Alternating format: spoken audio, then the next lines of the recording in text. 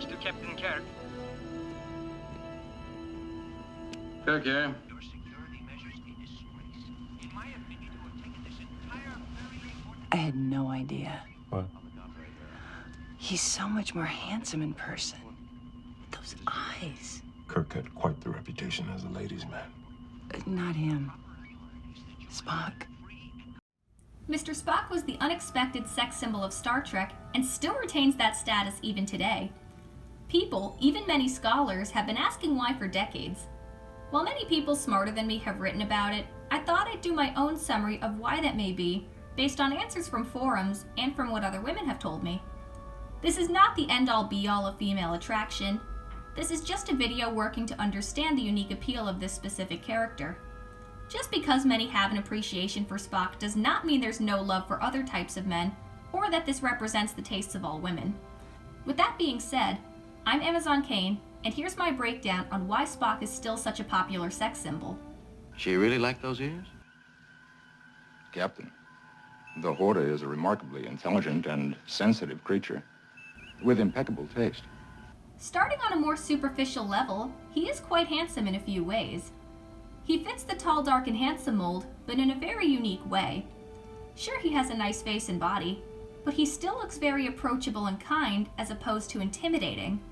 That kindness can always be seen in his eyes. It may also be the fact that he's half alien.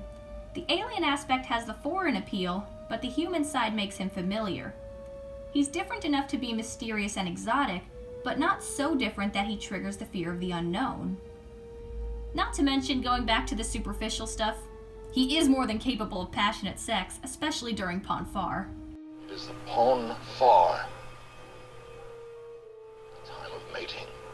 So, there's the answer to that question. The other thing is that he has a very nice voice. Take care, young ladies, and value your wine. There's a saying that men fall in love through their eyes and women through their ears. If you listen to Spock talk or sing, his voice is rich and deep, but also gentle and thoughtful. He chooses his words carefully, with patience, wit, and no nonsense. He says what he means, and he means what he says. While all that's great, most of it comes down to the fact that he's the most compelling character. He has many admirable qualities, especially his defining trait of high intelligence. He's admirable in the fact that he's a quiet introvert who gets to be the hero by using his intellect. But he also has the richest character arc in the show. We're allowed to see him struggle, which makes his victories all the more rewarding. And his struggles are this. 1, he's an outsider, and we're always reminded of that. Spock was shunned by his Vulcan peers for his half-human heritage. Meanwhile, among the predominantly human Enterprise and humanoid extraterrestrials, he's looked at with suspicion due to his Vulcan heritage. Even though he denies it, it clearly affects and hurts him. And since we know what a smart, kind individual he is who doesn't deserve this pain, it triggers that sympathetic let me hug you reaction from the audience, because we've also all been outcasts at some point. Spock constantly being questioned on who he is, or the small comments he gets around his ears, is always the outsider a lot of us are, and we give the love to him in his rougher moments that we wish we'd gotten ourselves. 2, he's always in conflict between intellect and emotion. I'm in control of my emotions. Vulcans value logic above emotion to the point where even showing emotion is seen as a weakness. Spock predominantly chooses the Vulcan values, and as a result is deeply ashamed of his emotions, aka his own humanity.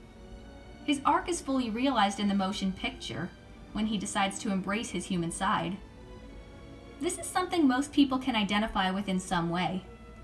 Either the part around having a part of oneself that you're ashamed of and want to control, or the part around allowing oneself to feel making one vulnerable to getting hurt, and it just seems easier to shut that off completely. We know intellectually that a lot of parts of one's identity that often get belittled are strengths instead of weaknesses, but actually embracing those parts is another story. It's deeply relatable. Plus, for a lot of people, the idea of a stoic person actually being a sensitive soul full of loving passion is deeply romantic. A most curious creature, Captain. Its trilling seems to have a tranquilizing effect on the human nervous system. Unfortunately, of course, I am immune. 3. He's fiercely loyal to those he cares about, but he doesn't open up easily. Spock proves over and over again that he's good at what he does and is fiercely loyal to those he cares about.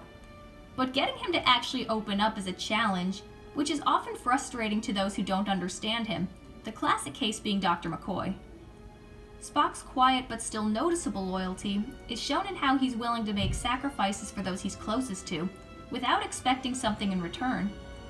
Many people want to be protected, defended, and cared for by such a person.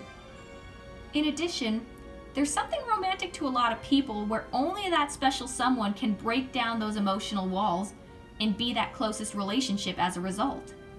We've seen 2 different women, Layla and Nurse Chapel, try to do exactly that and ultimately fail, which leaves the door open for someone else to come in and be that special understanding person. That could either be you, the audience, or whichever character you really want him to end up with. And there's one more thing that contributes to Spock's sex appeal. He's fictional, and therefore completely safe. A fictional character, even a really good one, is still a fantasy. There's an element of both safety and control within a character you can project onto, who's both completely accessible and at a comfortable distance. A fictional fantasy can give you the comfort you need and can never hurt you. While there's always a danger of getting too lost in a fantasy or romanticizing people's real-life struggles, which are often messier in the real world, there's nothing inherently wrong with a fantasy itself. And sometimes to get through the harshness of life, heartbreak, and disappointment, we need fantasy. And this one's certainly not a bad one. The positive impact of Mr. Spock is one that can't be denied. He affected so many people in so many ways, so it's no surprise that people even today as a result are able to live long and prosper.